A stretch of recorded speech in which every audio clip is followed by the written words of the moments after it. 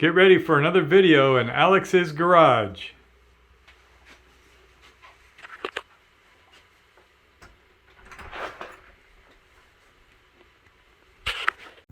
Okay, so this is my Weber DCOE 45 carburetor.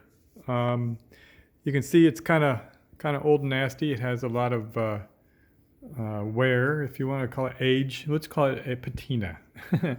It has a patina on it.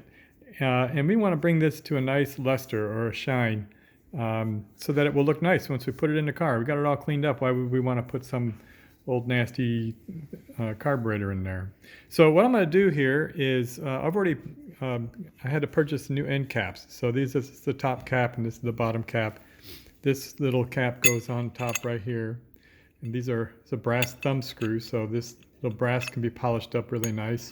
So we're going to get this all cleaned up. You can see there's a lot of rough spots on here. There was a lot of corrosion. This particular piece right here, I had to purchase a new one because I thought I'd be smart and put it in some acid and get the corrosion off of it. Well, you don't do that with aluminum, I guess. And I learned that lesson the hard way. So learn from me, don't put this in acid. It's not a good idea. So what we're going to do here is I got the Dremel out and we got the little wand attachment. I'm going to progress from a rough wheel at 80 grit, 120 grit, and then we'll get to the point where we are using the jeweler's rouge, the jeweler's wheel here, and we'll get this down to a nice shine.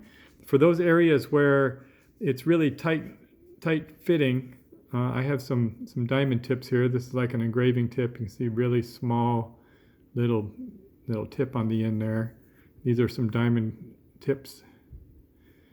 And we'll get those down so we can get down inside some of these, some of these cracks and crevices, and we'll get these cleaned out real nice so that we don't have all this corrosion in here. Get a nice exposed aluminum luster. So I'll check back in once I get going. I don't think you need to see all of this, but once I get through all the different phases of sanding before I get to polishing, I'll check in and you can see the progress. All right, so here's the ferrous components. These are non-aluminum. These are the steel pieces. This is this plate that goes on the back here. So that'll be nice and shiny. Looks pretty good. Not exactly what I would call a mirror finish. There's still some pitting and whatnot in there, but way better than it was, and certainly no rust. And this piece is got some, it's got a brass thumb screw at the top, and all this is also steel or ferrous metal, and it's polished up nicely. So I'm going to go ahead and, because these will rust, I'm going to go ahead and give them a spray down with some WD and put them off to the side. All the rest of this is all going to be aluminum, and we will not be treating that with any kind of oil or anything like that, because it's maybe, let's just say, a little bit more resistant to corrosion as opposed to these that might just flash over and rust real quick. We're just going to go ahead and polish these up, and then we'll break back into the video when we get there. I think this is good progress. These look really nice. All right, so here's the first step of this little plate. You see what we're doing is we're basically trading a rough finish for a scratched finish. But with the scratches here, you can feel it's smoother. And it's very controlled surface. So now you can start to reduce these scratches with a lighter wheel and then get down to the buff wheel. You go through the different sanding grits so that you get down to the actual mirror finish. So you're just basically trading different levels and removing just the material that's on those ridges to make it even smoother. So this is a pretty easy one. There's a lot of flat surfaces, only a couple little edges around here to deal with, and we don't want to interrupt any of the sealing surfaces. So I'm not messing with this at all. We're just going to get this nice and shiny. So on to the next. This was the 80 grit. So now we're going to move on to 120. All right, so this is halfway between the 80, which is on this side, and the 120, which is on this side. And what I want to kind of showcase here is when I did the 80, I did it diagonally, so that when I did the 120, I'm going to do it horizontally with the grain here. And that way you can see, let me see if I can get a good angle on this. You can see where the scratches are. When you get to the next level, you won't be able to get the 80 scratches out. You can only get the 120 scratches out. So if the 120 has any 80s that are still in there, when we get to the buffing, those 80s will just be in there and you'll have just a blemish. So just kind of a pointer here. With each grit, change the direction, the grain direction, so that you can see where they overlap and where they intersect. I wonder if I can see a couple of places, like right around here. You can see there's still a couple of small diagonal scratches. We need to get those out with the 120. But anyway, I just wanted to show you the difference in the sheen. You can see this is much shinier than this, going from the 80 to the 120. You might say to yourself, well, why don't you just do the 120? Well, we did the 80 to make the rough surface flat. And if we had started with the 120, we would have just been polishing the rough surface. We wouldn't be able to get that glass finish. So the 80 brings it flat. The 120 takes off the 80. And then the next thing, when we polish it, you'll see the difference. So on to the next one. I'm going to go ahead and finish this side, and then we'll break in when I start polishing. All right, so there we have it, all the way through sanding. It's ready to be polished. Looks pretty good right now. I mean, if you didn't want to polish it, you could probably get away with a nice satin finish like that. There's a little bit of reflective qualities, but you can see all of the 80 scratches and 120 scratches and everything have been reduced by the 600, then 1000, then 2000, and it is really a nice sheen. So I'm going to go ahead and run the polishing wheel on there, and then we should be done with this, and I'll break back in. All right, there you go, all polished up. White aluminum oxide buffing polish on a standard cloth wheel here on the Dremel, running at the lowest speed possible. And I think we got a good mirror finish on that. That will be acceptable to my standards. Let's see if it can reflect. I'm blinded. So anyway, there you go. On to the next one. This will be a little bit more complicated because it's got a lot of different little angles and whatnot.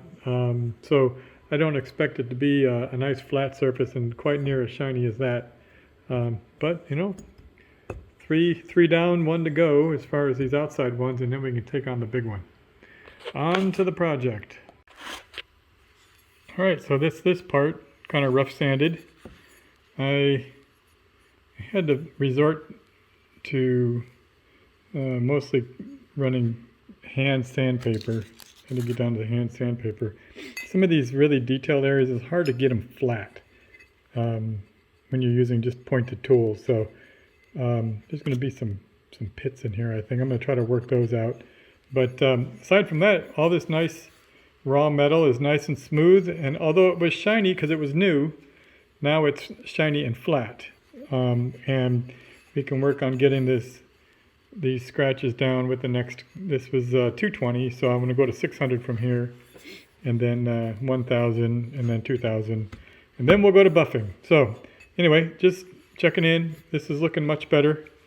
Got a little more work to do on it, and then we'll catch back once we get over the sanding before we get into buffing. All right, there we have it, all sanded up, all the way down to 2000. You can see how much of this is going to come to a nice shine when we buff it up with the polishing compound. But I think it's going to look way better than it did. All right. Okay. Well, there's the top cap. It's about as shiny as that's going to get. Looks pretty good. I'm okay with that. Like this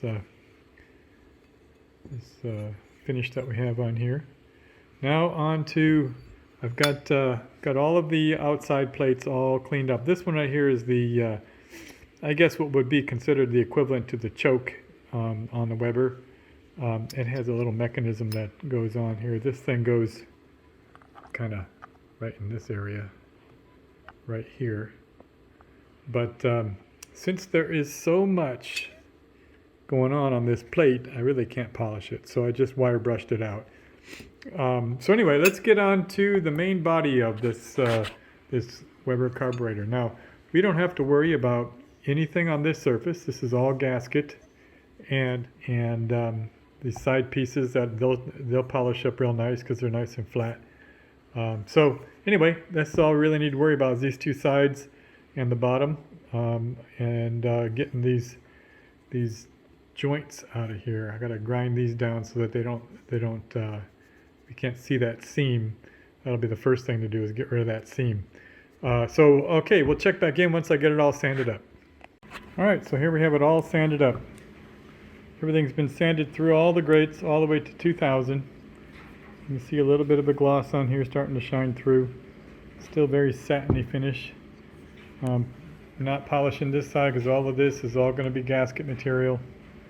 I'm not going to polish the bottom because it's the bottom. It's going to be exposed to the exhaust manifold. It's really not much use doing much there. And I've already polished this cap that goes on the end here, so there'll still be something shiny down there to look at. On the front side, this is where the velocity stacks will come up, and I have polished all this here, but now we're going to put it to the buffer, and all of these flat surfaces and these large open areas, these will become glassy. So I'll go ahead and buff that out, and then we'll do a final summary of how it worked out. All right, and so that's it. This is the finished product right here. All clean and buffed and ready to go. I certainly hope that this improves the performance, although I don't think it will. But every time you open the hood, I'm sure that it'll smile at you and give you a little gleam to give you that look that you're looking for in your classic car. So anyway, there you go. If you like these videos, please do subscribe. I will be rebuilding this Weber. You can see none of the guts are in there right now. If you want to see that video, make sure you subscribe so you can get notified when I do that, the more technical aspect of rebuilding a carburetor. You see there's still some gook in there.